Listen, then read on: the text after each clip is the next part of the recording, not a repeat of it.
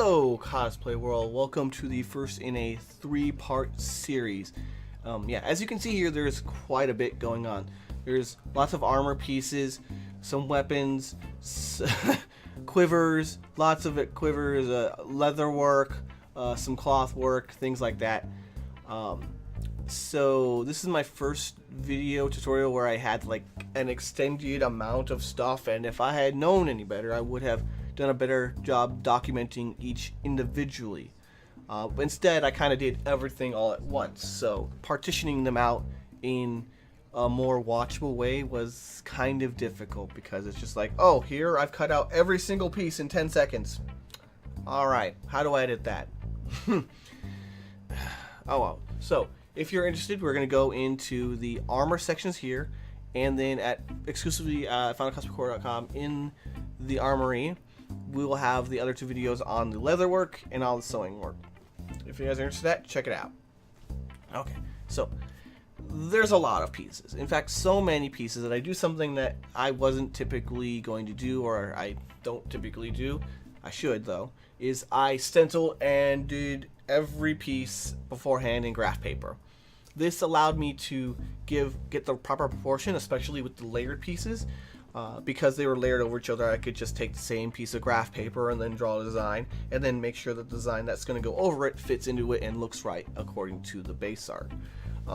Additionally, because there's so many pieces, I was able to make kind of maybe not the best use of material, but probably better use of material. Whereas if I was cutting out each piece individually and then drawing them on the material itself, I maybe end up with pieces that don't fit, or I might even have to go in and get a fresh sheet of material where I kind of didn't plan to. So just use my material to the best of my abilities. It is a bit more time though. It looks cool. It looks cool. Alright, so two basic tools we're using here is the heat gun, which we're heating up and shaping the plastic. If you've used Warble or EVA foam and thermoform them, it works exactly the same way, just heats up at a higher temperature and it is much more rigid. I like it because it feels and behaves like armor. It's not flexible. It will tap and sound rigid when you're moving with it. So the other tool is the hot knife. The hot knife is extremely useful when you're cutting out complex curves such as with this. There's a ton of complex curves. I would like to advocate for the steel tip. If you're getting the copper tip, it may not go well. They tend to not last nearly as long. But it's essentially a soldering iron or a wood engraving tool with a head you could switch, and you just get the X-Acto knife tip and it heats up and does awesome work. Okay, so we've got a few pieces here. I've cut out a lot of them in advance, but there are a few scenarios where I will template them and then not cut them out until after I've shaped them. This scenario is where I need to make a dome. Now with EVA foam or Warble is really good at making domes and complex curves. Complex curves meaning that it curves in multiple directions at once rather than on a single plane, if that makes any sense. Anyway, but what I'm going to need the extra material for is stretching, and I've got my jeans on, and maybe I don't maybe I'll preface this by saying do this at your own risk, but this material gets hot, and when it's in that hot pliable state, it'll get to the tendency of leather. It'll be nice and leathery like. You can then stretch it and create a dome. With the unheated sections at the edges, you can then pull it and shape it into the dome you're looking for. After that, after it's cooled down in the shape of the dome, I cut it out, and that's how I get things like shoulder plates or knee plates or elbows and various other domed pieces of armor, typically even chest plates too. I'll do it with chest plates. It applies to all of those kind of domes, and I'll stretch it out. Now things like this I think it's pauldron. It goes under the arm. It goes it goes all over the shoulder and under the arm. That's not necessary because it can be curved along the inside. It doesn't necessarily need to have a dome shape. You can cut it in a curve in the first place and then create the curve along that surface rather than doing three-dimensional stuff. So the fun part of this is figuring out the order in which you're going to assemble it and then paint it.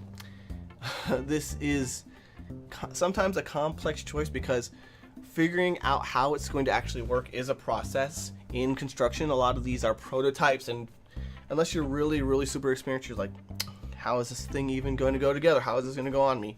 But if I can, I'll disassemble it and then paint it and then reassemble all the other work, because we don't want the paint on all the other work. But I didn't have quite that much experience. Also, I didn't have that much time. But when I'm doing commissions, I usually have like a set period of time to work with.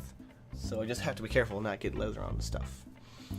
Now, the thing is, this armor is mostly black and gray. There's some browns and tinges of other colors, but that doesn't photograph particularly well.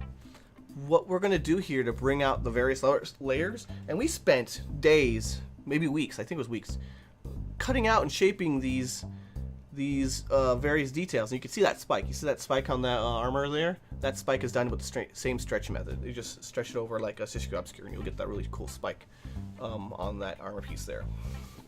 Anyway, we're going to edge highlight everything. So now it's not a gray blob. Before you couldn't quite see where the pieces were on each set of armor, but now you're like, oh yeah, there's the one piece layer over the other and over this and that, and there's all these little details that we took our time to cut out. And then we're also going to be doing universal lighting, where we're bringing in the gray, and then we're having the lighter sections, that is lighter gray, we're bringing in coming from the edge, thus giving it more dimension, rather than, again, having a big flat gray blob. And this is something I do a lot with particularly blacks and grays or any really monochrome colored work, because it's just very bland and hard to photograph in the first place. And the art style in itself does lend to this kind of grungy look. So there you go. We're going to go over most of the pieces with washes, and we're going to refine all of these, and we're going to give them a bit of a flat matte varnish, because we don't want these pieces scratching up against each other. They're constantly moving when you're moving, and they're going to brush up against each other, and to extend that longevity, we want to protect the finish. So there we go. There's another shot of all this armor and all its goodness. We're going to go into things like the leather work and all those quivers and the boots and things like that in the other videos. If you're interested in those, check them out at finalcosplaycore.com. Thanks for watching. Good times to all. Rah! Hey, if you like this video, check out finalcosplaycore.com for the second part. See you there.